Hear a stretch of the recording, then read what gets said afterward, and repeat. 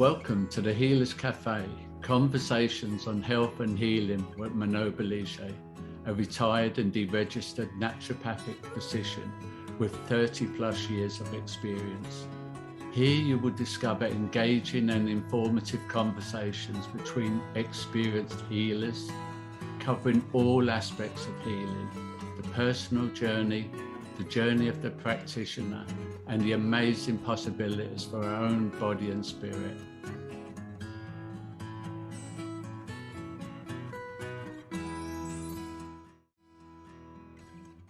So welcome to the Healers Café. And today I have with me Mr. Sandiip Panndit. And it's going to be a very interesting conversation. I'm just going to read you a little bit of his background. So after working for 16 years in companies like GE, Crystal, and IBM, in their leadership roles, he quit his corporate career to set up Soul in Harmony. The intent to start the organization goes back to his childhood days when he overcame a physical challenge with his sheer mind power. He is now using the same self-awareness powered 6-step self-mastery technique for human awakening. And currently, Sandiip is on a mission to help 100,000 individuals create a systematic transformation to have an inspired and fulfilling life through his global program called Self-Mastery Code. So you have also background, a master's in psychotherapy and counseling, and the rest we can talk. So yeah. I just want to welcome you to this interview. And the first question I always ask is, thank you, Manon. Thank you for having me on the show. Yes. Yeah. No, and how did it all begin for you? I mean, you mentioned childhood, but certainly you're in a leadership position. What made you kind of shift back to, or what was the process? What happened for you? I had a very humble and a nice childhood. I was enjoying my childhood till the age of 10. Something happened, something shifted. The word is shift, and that is when I realized that I had developed a speech problem, issue, and I started to stammer. And at that age, people generally feel that teachers and the parents feel that it might be because of the childhood, and as the child grows up, that stammering issue will be gone. But for me, I was a person from inside. I used to be, I wanted to be right there in front, leading. And when that issue happened to me, Mano, I actually started seeing that, I am receding to the background. I couldn't take it. And every period in the school used to be like an agonizing period for me. It used to give me a feeling that, I'm not able to be myself. And there was a time, I still remember, after the evening assembly, when I was going back home, I was back in the school bus at the window seat. The breeze was falling on my face, and I was unaware about who is sitting beside me, what's happening around in the bus. And that day, because I had fumbled in the class while reading, a thought crossed my mind, and that was, how if I do not see these faces who have seen me fumble today in the class? What would that be? And if the floor of the bus opens up, and then the road below that opens up, and I just go and disappear. That shifted within me. That idea or that thought actually scared me. And that is when I started finding solutions within myself. And I read an article immediately within a week. Within a week's time, I read an article which said that you have to be on the center stage more often. You have to go on the stage to get well, to get out of this fear of this speaking, and or maybe come out of this habitual way of speaking rather. And that is when I decided, it was like a hen and egg story for me, Mano. Which came first? Do I go there and get well, or do I get well and then go there?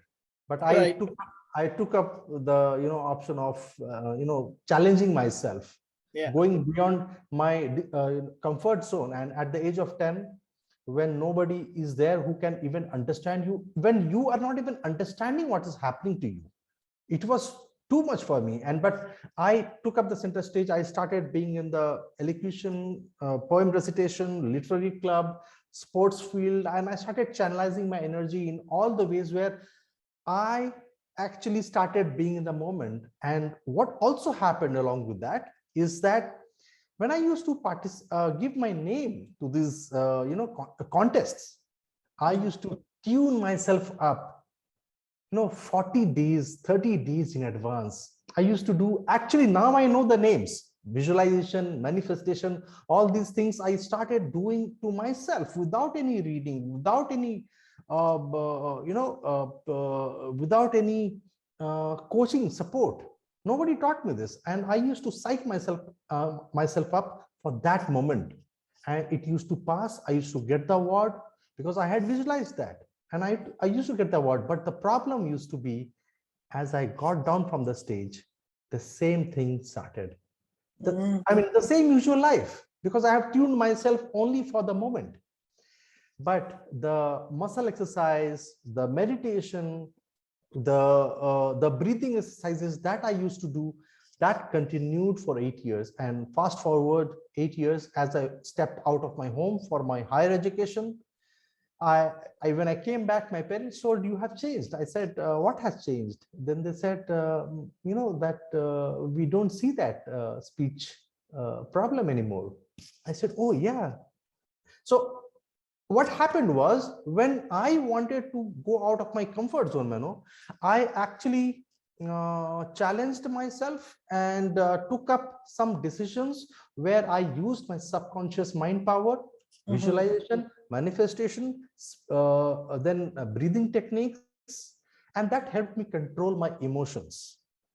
And that actually, in the long run, in 8 years' time, I was completely out of it. And today, so that is to answer your first question. This is what shifted, that I cannot be like this. I need to do something. And as I have seen some of your videos, podcasts, where you are saying, we have huge, immense potential within ourselves, but we need to first realize that, and then tap that, and then harness that. Yeah. And I think, it's I look at it as courageous, but I think it's the only way forward is to actually not start with the idea that you're broken and you've got to get fixed, because nobody ever accomplishes that. It's like you go in circles and circles. You've got to go forward, and deal with it. And then, I think like visualization and all the tools you're mentioning make a big sense. But I think emotionally, it's like I'm not broken. That's what you're really saying. Absolutely. Is I can do it to the degrees that I can. And, that's very, very interesting method. One of the things, I don't know if that's your experience or not, but I have like a lot of practitioners that I've trained, and fear of speaking is huge. And many of the habits, the nervous tics, sometimes the stammering, the forgetfulness, all of this comes because of the stage fright. And I've said this, and I don't think that's your case at 10 years old, but if you connect to what it is you're doing, what you want, why you're sharing what you're sharing to the others, the cause, why it's important, and you take the emphasis off yourself, then it's so much easier. Because if you're focused just on you, then it's like all you do is, have your negative self speak about how you're not good enough, not ready enough, not perfect enough, all the stuff that the subconscious mind will do. Can you speak to that a little bit? Yeah, absolutely. I know this realization has came to me as I stepped into this field of life coaching. Back then, this was not the concept which was put in front of me, because I was a very small, child at that time. So people are learning at that stage, and you are neither for yourself nor for others. You are just learning, and you are, going to school. But as I grew up and as I wanted to do something, you touched upon two topics here, Manon. One is about if you have a purpose, if you know your why. And second, you touched upon is about one is about why, and another you said about if you are talking The focus. thinking, the focus is on the other person. Both is so important, because I have now realized that as long as you feel that it is you who is doing it, this is the third element I would like to put forward. Now I think things are happening through me. I'm just the instrument. Yeah. I'm just the medium. And so this is the third element that I would like to bring, but this third element is also touching upon the others aspect, because it is for the other person. And first, it is, you are meant to do this. That self-belief, the feeling of knowing myself, knowing my core values, knowing my life experiences, and knowing my key strengths. So if I know these three things, then I know myself. I repeat, the core values, and now when I look back in my hindsight, now I know that my core values were freedom, authenticity, and personal growth. I was always for it. Wherever I did not find even one element out of these three core values, I felt out of place. So I started knowing myself. Then when I knew myself, the second aspect that you said about, when I thought that when I have healed myself, now it is time for me to help others tap into that space. When that became the idea, the central idea of my life, quitting corporate career was not a big deal for me. People often ask me, Sandiip, how did you do it after 16 years of working with reputed organizations and good roles, leadership roles? How did you decide? I said, it didn't happen in one day, but when I understood myself, and when I also understood that I need to put my self-knowledge and my acquired knowledge into practice for others. That is your second thing that you're talking about, applying it for others. Then the entire attention shifted on the other person. And believe me, my speaking and my communication, articulation has always become better when I have shifted that focus onto the other person, onto the other side of me. So I 100% agree with that. So which actually brings me another question, because this is the first time I hear such a story of at 10 years old deciding to go forward, right? What do you think was at play for you at 10? What was going through you? What allowed you to make such a huge shift? I look back now and I also try to answer that question for myself. The one word that I get for this, I actually had self-belief always. That has never ever left me. It was always right. And maybe it is also because everybody has that self-belief at the core. Maybe I was able to get to that core of mine. And and touch that and feel that. Yeah. As you said in the beginning, that we all are, and as I as I recollected about your podcast, that you also say that we all are very powerful beings, which we are. Mm-hmm. But no, very few of us are able to touch and feel that. Maybe I was able to touch and feel that, and that self-belief was very, it was not abstract for me. Maybe Right. I tapped that power. Mm-hmm. Mm-hmm. Yeah, no, I would imagine it. I can't see how else you would have the ability to just make that decision. I think it makes sense. And if you look at it, that there are no coincidences, and that in any case you're a vesicle for the information you're about to share, then one could also say that you are guided and you listened, Yes, yes. which I was, makes yes. sense. Yeah. And that brings me to another point, which I'll talk about a little later. It also brought in a lot of intuition into my life. Right. Yeah, and that I'm using it in my therapies, which I'll share. So why don't we talk a little bit about, your therapies, your program? Yeah, tell me a little bit more about that. Okay, so it all started with this, how I healed myself, and then I also started. It is very strange story, but strange stories are the real stories. What Yeah. happened was, when I started working on myself, doing my meditations early in my childhood, I actually started feeling that I have that intuitive power, or maybe I have developed it, or it was there, I just found it. Mhm. And no, a lot of synchronicities have happened, serendipities have happened in my life.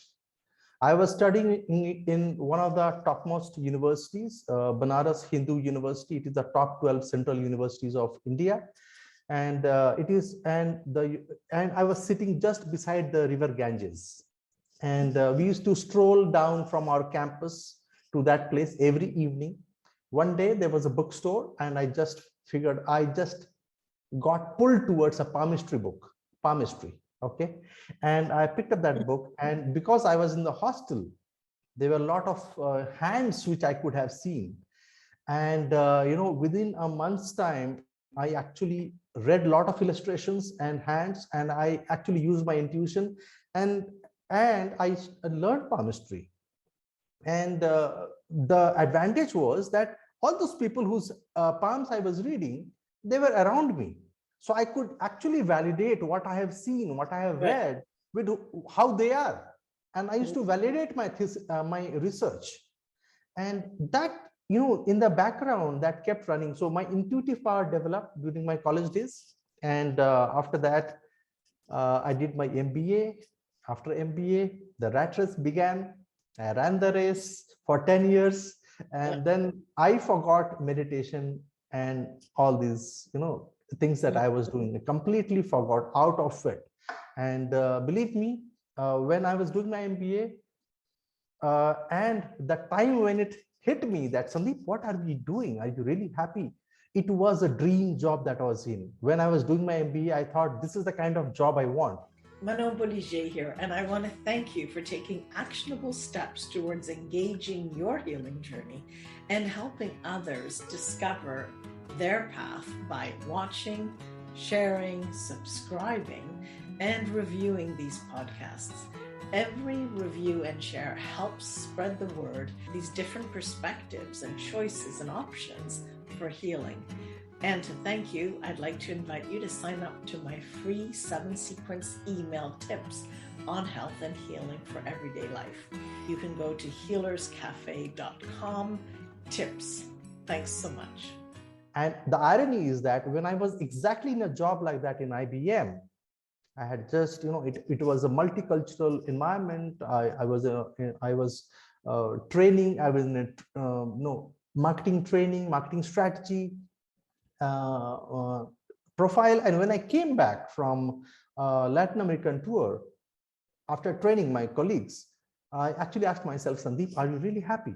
And to that, I got an answer, Sandiip, you are not really happy. I'm not happy. And that is the time when I started developing the sense that, I need to go back to meditation. And so meditation happened.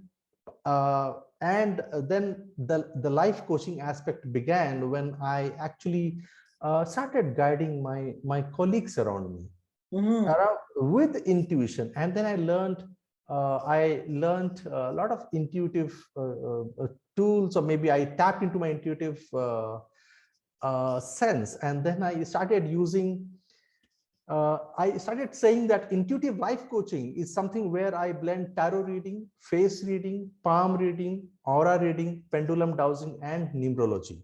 So this is where I started off. Nobody I know of use all these tools in a single session of 1 hour to understand your energy and then guide you.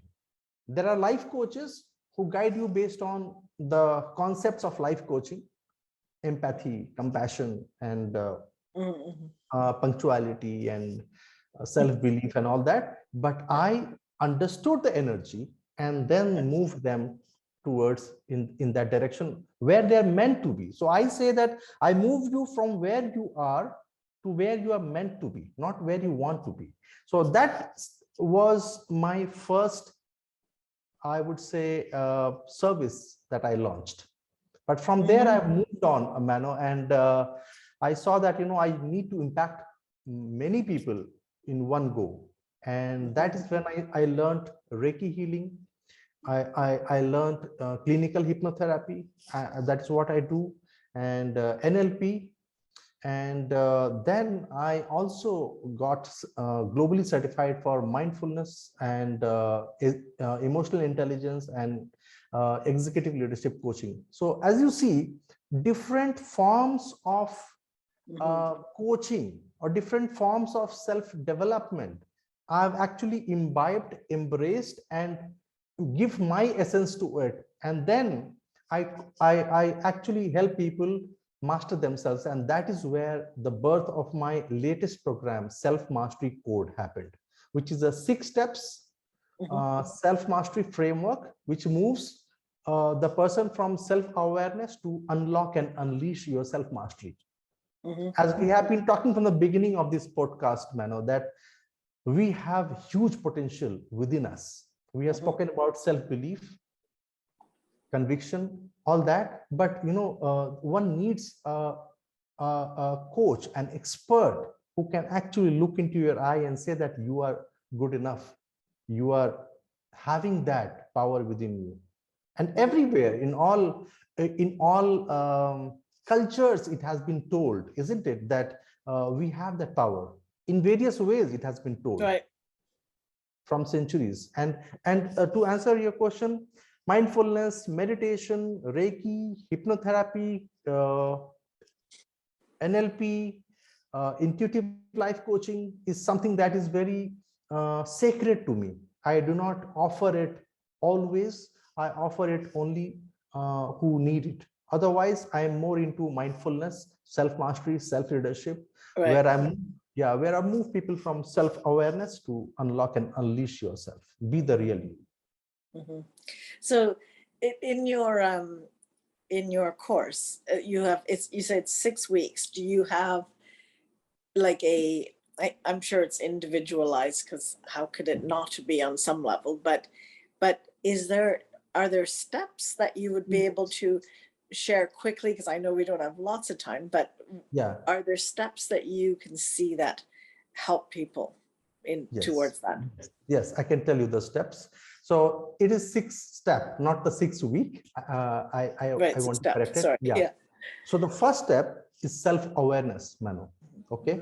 Yeah. I believe for me also, when I was doing everything else, but not self-awareness, I was actually a little bit scattered in my life.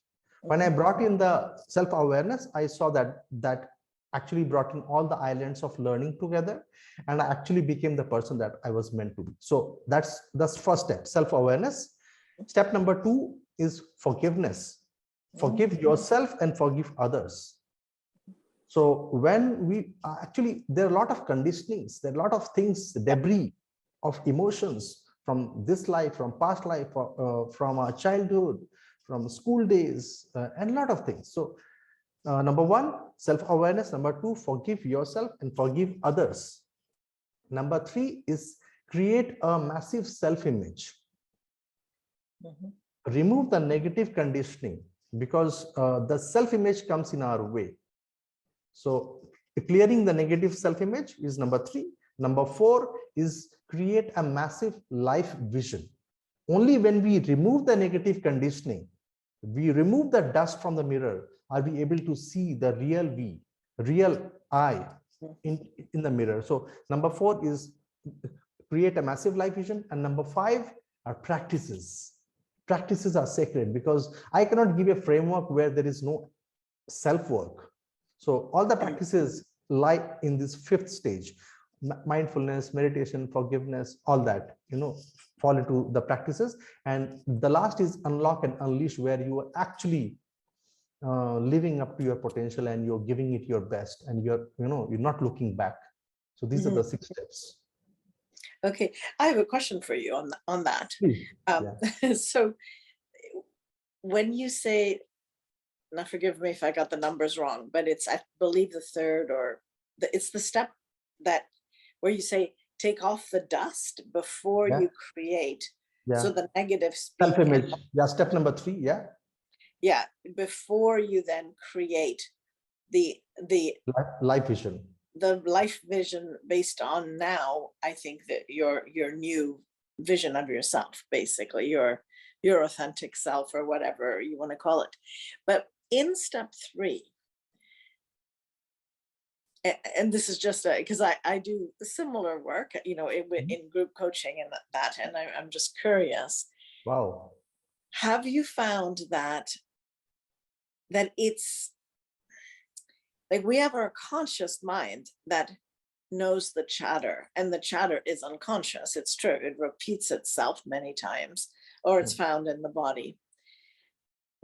But I find that when I try something different or something new, or I've seen this in my clients, that's when their real stuff comes out. It's not if they just stay and analyze themselves. It's when they're actually focused on the end result, when they're already focused on what they want to do or create. That's when all those number 3 things really come out. So I've inversed my program almost the other way. It's really focused on what people want and desire, because I have found, and I'm just curious, I mean, I know there's a million ways in the world. And no right way. I have understood your question, and I will address that. I am agreeing with what you're saying, and I have created a way how we can have that in the stage 1, in the self-awareness. I see. So that's where you create. I'm calling it self-awareness. Yes, I'm calling it intentionality. I'm calling it know your real self in the self-awareness stage, in the step 1 itself. Very good. Okay. In fact, there is an exercise. Beautiful. I mean, good you pointed this out, because otherwise there is no reason. What do I need to get rid of it if I don't know what to get rid of? Well, exactly. And exactly. And there's no reason for it unless it manifests, right? Because it's an endless thing. And that's what I found beautiful in your childhood story as well.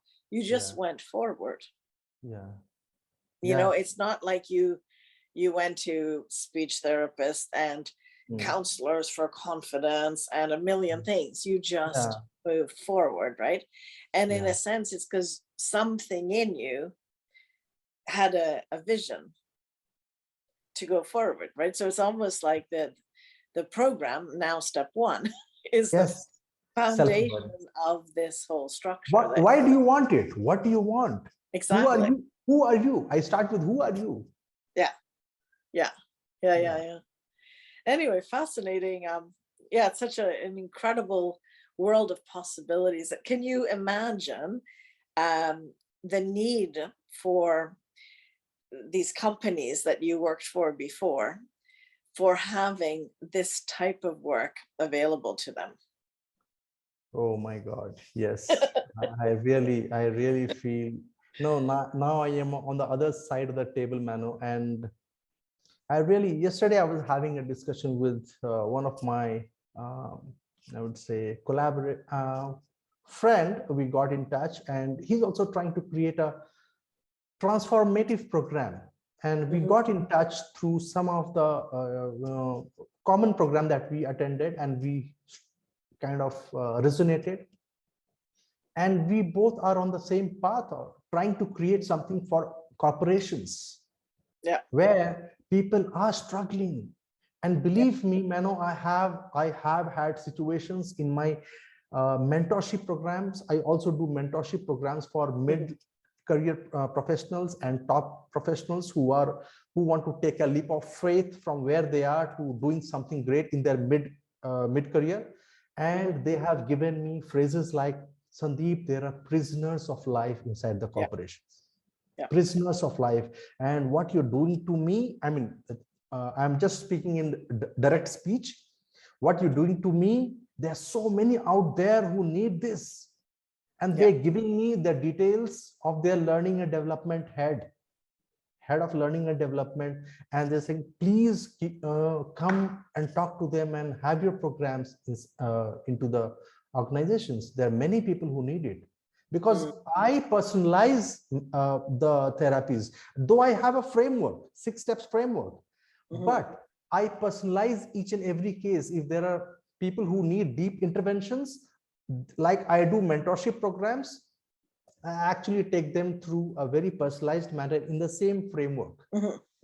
Yeah, somebody might need mindfulness, somebody else might need meditation, somebody else might need sound therapy, or maybe Reiki healing, or maybe subconscious mind power, or a guided practice where I can guide them on their chosen journey that they have chosen for themselves. So I agree with you. Your question is very clear, that what could it be if this was available to them? But there is a other side to it. Corporations today also don't want very heavy stuff and very deep interventions. So I'm aware about that. And as long as it serves their attrition issue, productivity issue, focus, attention, and getting employees being engaged at work. Okay. From that point of view, we have curated programs of self-leadership, Mano. Right. And okay. We are calling that self-leadership there. So, and I'm writing a book also on this self-leadership, which is also drawn from the same framework of self-mastery, but little we are innovating on that, and we're bringing in a lot of real life illustrations in that, how people have done it, how the hero's journey have evolved. But yes, in corporations, definitely, surely, no doubt, this will be impactful. And I've started doing keynotes on self-mastery, self-leadership, and it is slowly catching up. And I could see there is a need. Only thing is, we need to play consciously there. We cannot take the employees on a different journey, where on a deeper self-awareness journey. That half the people want to quit. Yeah. So we need to be mindful of that. But the thing too is, sometimes just becoming aware allows you to do what you're doing and just be present to it. It's the choice that you have made, on some level, until you change it. But just not fighting or not resisting the choice you've made, as Byron Katie says, just what does she say? Actually, I keep forgetting. It's so long ago I took her training. But fighting against reality doesn't work. It's just like, you may as well embrace it. If this is your reality, go with it. And I think that helps. Anyway, we are done our time. Any last word you want to say, or just before we disconnect? I would always implore or encourage people that they should try to understand themselves by these three things. What are your core values? What are the life experiences that you had? What are those life experiences telling you about you? And third, what are your key strengths? If they can decode these three things, number one, core values, what I stand for, okay? What is the engine of my life look like? Second, what are my life experiences telling me? And third, what are my key strengths? If they can decode these three things, they will understand who they are. And once they understand who they are, they'll be inspired instead of motivated. I don't believe in motivation. I believe in inspiration, where they connect with themselves. Once they connect with themselves, they can love themselves. They will self-care. They will self-love.